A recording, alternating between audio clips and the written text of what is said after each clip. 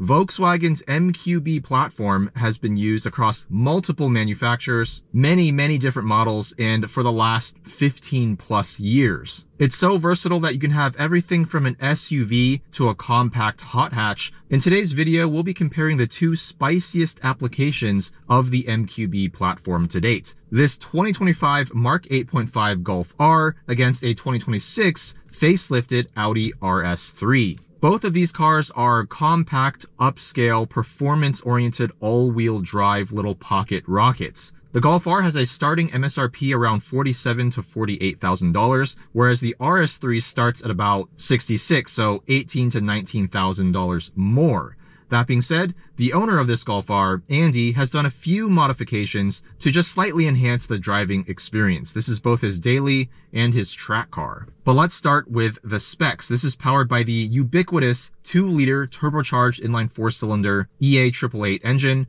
In this application, it makes 328 horsepower, so a 13 horsepower bump over the pre-facelift version, and it makes 295 pound-feet of torque. We've got a 7-speed dual clutch transmission with these aftermarket paddle shifters. The facelifted 2025 plus model year lost the ability to have a manual, so a lot of enthusiasts have written off the Golf R. This car weighs around 3,400 pounds. It has strut front multi-link rear suspension, and it has Volkswagen's 4Motion all-wheel drive system with an ELSD on the rear axle. That means this has a drift mode, although we won't be using that today. We've got electric power steering, and then for the 2025 facelifted model year, the car received updated styling and updated interior with this massive infotainment screen, improved tech, the additional 13 horsepower and a bit more torque. Some of the mods that Andy has done, he's added a camber strut mount kit, which added about 0.8 degrees of front camber, and he added an H&R rear sway bar. Other than that, just some pads and fluid and these really beautiful Apex ML10 RT wheels wrapped in Continental DWS 06 Plus all-season tires, 245 40 18s all around. Aesthetic bits on the car and an exhaust controller so that he can manually control the exhaust valve using the home link buttons. I'm not a huge fan of just the aesthetic design of this giant tacked on infotainment, but material quality, really nice. There is some piano black in the center console, but the steering wheel feels really good in the hand. I love perforated leather, and the seats are also fully electronically adjustable and quite comfortable. But let's get the car fired up and see how the Golf R drives. Adjustable drive mode, so you have Eco, Comfort, Sport, and Race, but then we also have Custom mode. And look at this, we have about a bajillion settings for the adaptive dampers or DCC. So we actually will keep it in the middle sport setting. Steering will go sport, drivetrain will go sport plus, exterior and interior engine sound, which is basically the exhaust and piped in fake noise, will go race for both. Ooh, yeah, okay.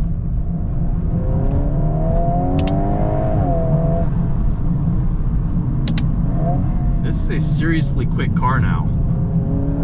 328 horsepower, 3,400 pounds, really solid power to weight ratio. This is priced a few $1,000s below an Integra Type S now. Now I actually think the straight line acceleration in gear is really similar now.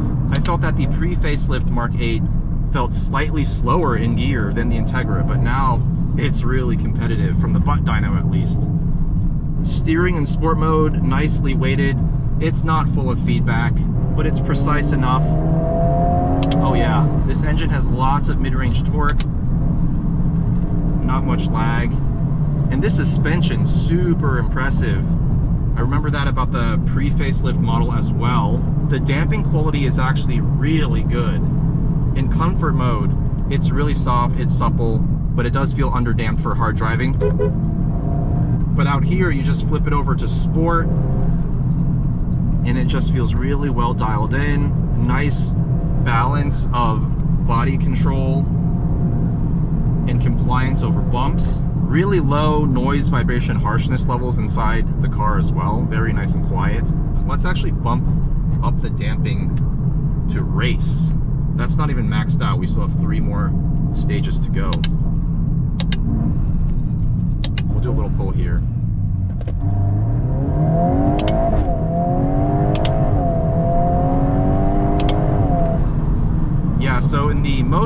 aggressive shift setting, you do feel the shifts a little bit, but it's nothing too crazy.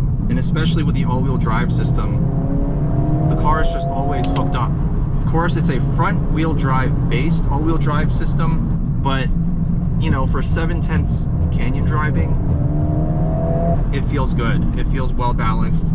This doesn't feel like a nose-heavy pig like some of the older Volkswagen Audi performance products.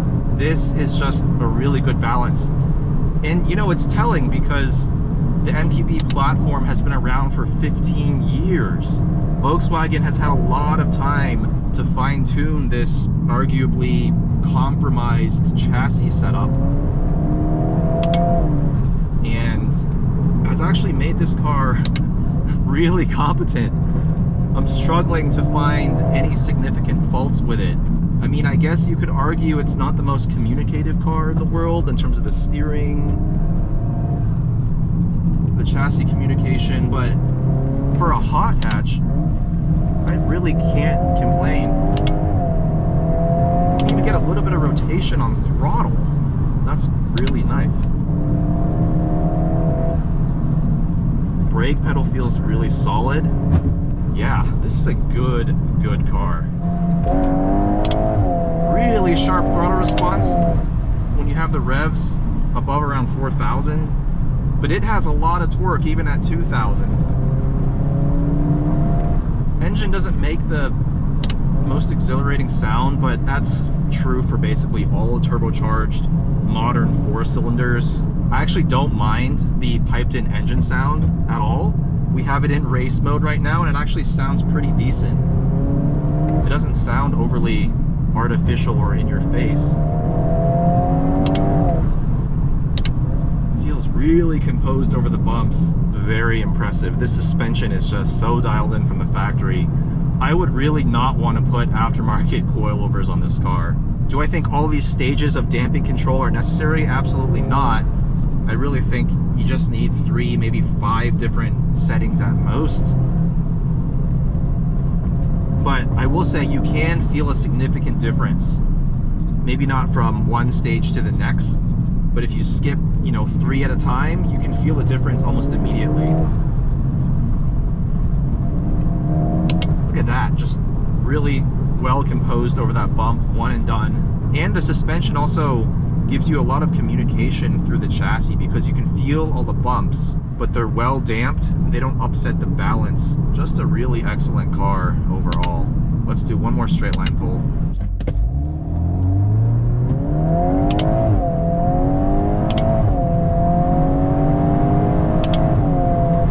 The DSG is really quick, and I think it suits the personality of this car really well. It's meant to be an everyday drivable sporty hot hatch.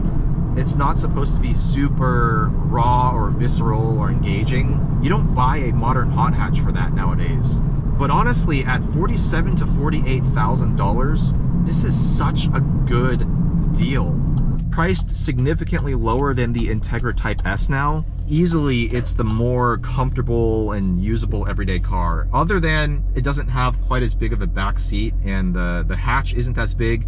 But I digress. We're not comparing this car against the Integra. That's not the point of this video. But what happens if you spend an extra $17,000 to $18,000 to get Audi's spiciest take on the MQB platform? Let's find out. All right, we're now in the 2026 Audi RS3. This is also a facelifted version like the Mk8.5 Golf R.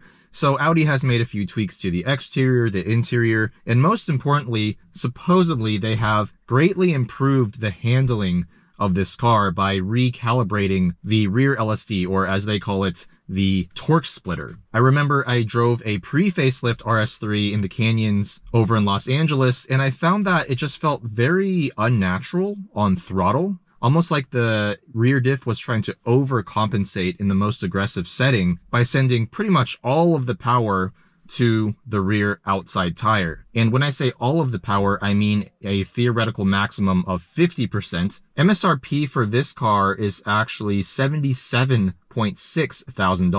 But the owner, Steve, purchased this brand new at 6% off MSRP, so $73,000. And he mentioned that most dealers are willing to sell these at a discount. However, that still puts it $30,000 more expensive than the Golf R. Is it really that much better of a car despite sharing the same MQB platform? This car is about 200 pounds heavier than the Golf R at 3,600. The 0 to 60 though is almost a full second quicker, 3.2 seconds, whereas the Golf R is rated at around 4 seconds. Electric power steering, strut front suspension, multi-link rear, adaptive dampers, on par with the Golf R there.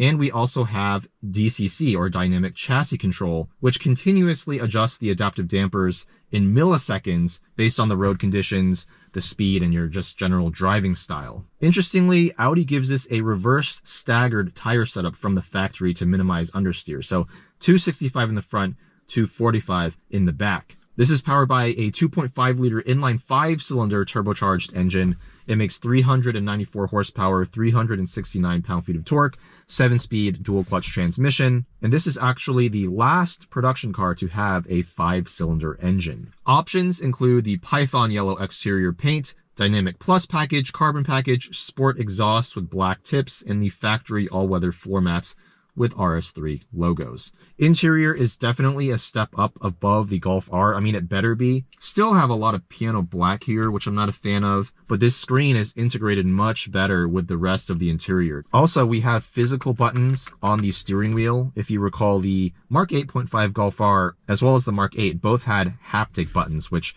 can get really annoying if you're driving the car hard and your finger accidentally grazes something, and then all of a sudden turn on your adaptive cruise or volume or something. Very mild startup sound. In fact, you can't really tell it's a 5-cylinder at low RPMs. For drive modes, we're going to press the RS button. There's a lot fewer settings here to mess with compared to the Golf. So we have the torque splitter, which is comfortable, balanced, sport. We'll have sport. Drive, which is the powertrain, also in sport. Suspension will start out in balance, and we'll try sport mode later. Only 3 settings here versus like the 15 billion in that one. Steering we'll have in balanced. Engine sound in pronounced, ESC in sport. All right, definitely feels quicker in a straight line than the Golf. Ooh, when the engine comes on boil, when it hits boost threshold, it really comes on strong. You gotta be ready for it.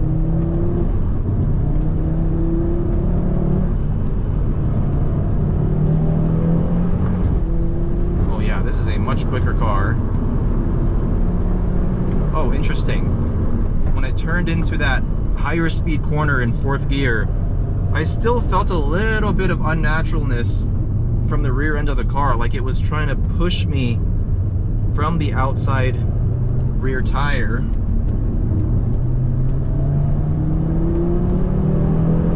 Okay, I felt really good in that 3rd gear corner.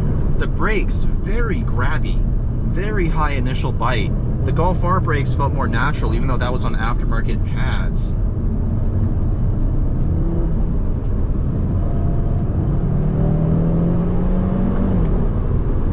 Let's try dialing the suspension up now to sport. Steering is kind of similar to the Golf R, honestly. Not a whole lot of road texture coming through. A little bit of vagueness. Oh, I really don't like the brake pedal feel of this car. Oh. The suspension doesn't feel as dialed in. Had a couple of extra bounces over that big bump back there. 1st gear.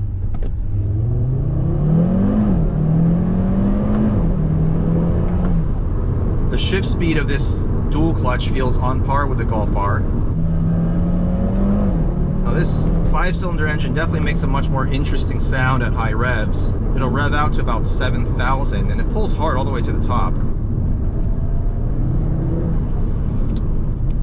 I still do feel that RS torque splitter doing its thing back there. It's not... See, in corners like that, 3rd gear corners on this road, it feels really nice. It feels like it's helping you rotate, but not in a overcompensating sort of way. But then in some of the higher speed corners, the 4th gear corners, it all of a sudden doesn't feel as natural.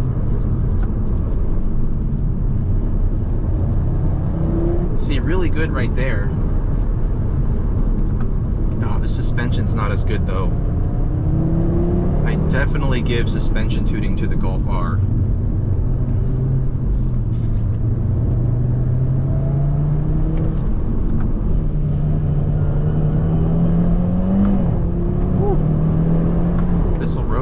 throttle as well. I wish the engine actually made a little bit more induction note. You can tell it's a 5-cylinder, but if you like have your AC turned up more than halfway, it can actually mostly drown out the sound of the engine. So I'm not a big fan of the suspension in sport. Let's try putting it back into balanced. Yeah, I just don't like this brake pedal. It feels difficult to modulate.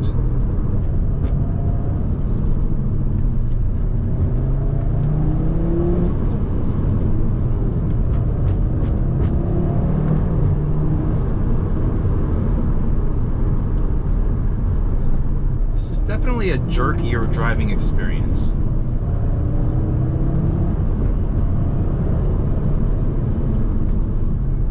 The extra power and the better sounding engine are definitely nice. Not that the Golf R is underpowered. It feels pretty good through here. The tight section, it feels lighter than 3,600 pounds, I would say. Ooh, pretty good over that bump. I think balance is the way to go for the suspension in this car.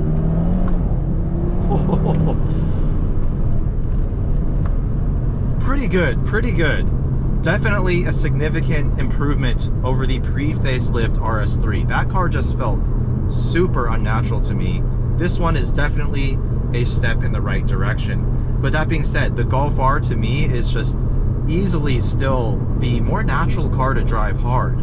Neither of these cars has amazing steering feel. They're both a little bit vague and mushy. Let's try a straight line pull here.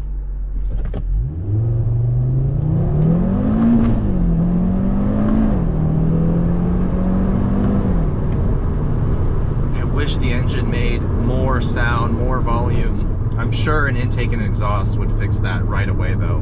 Wow, this is interesting because I definitely see why you would want the more upscale interior, the much more interesting engine, and when it comes to handling, the two cars are close, but there's just these little details that the Golf R does better. The brake feel and the adaptive suspension tuning are just superior in that car. The RS3 though, I would say gives you maybe 90% of the handling, but the engine is some 20% more exciting. As spec'd, this car, again, is almost $30,000 more than that Golf R. If you're just looking for a practical, fun, upscale daily driver, not only does the Golf R drive a bit better, outside of the engine character, it also has a nice big hatch. The RS3 is still not offered in the United States with a hatchback form factor. You can only get it as a sedan, and that's just a bummer because hot hatches are awesome. Tiny, subcompact, hot sedans that drive like a hot hatch, less awesome. So let me know what you think about this comparison. Would you spend the extra $18,000+ on the RS3, or would you just go for the Mk8.5 Golf R? A big thank you to the owners, Andy and Steve, and I'll see you guys in the next video.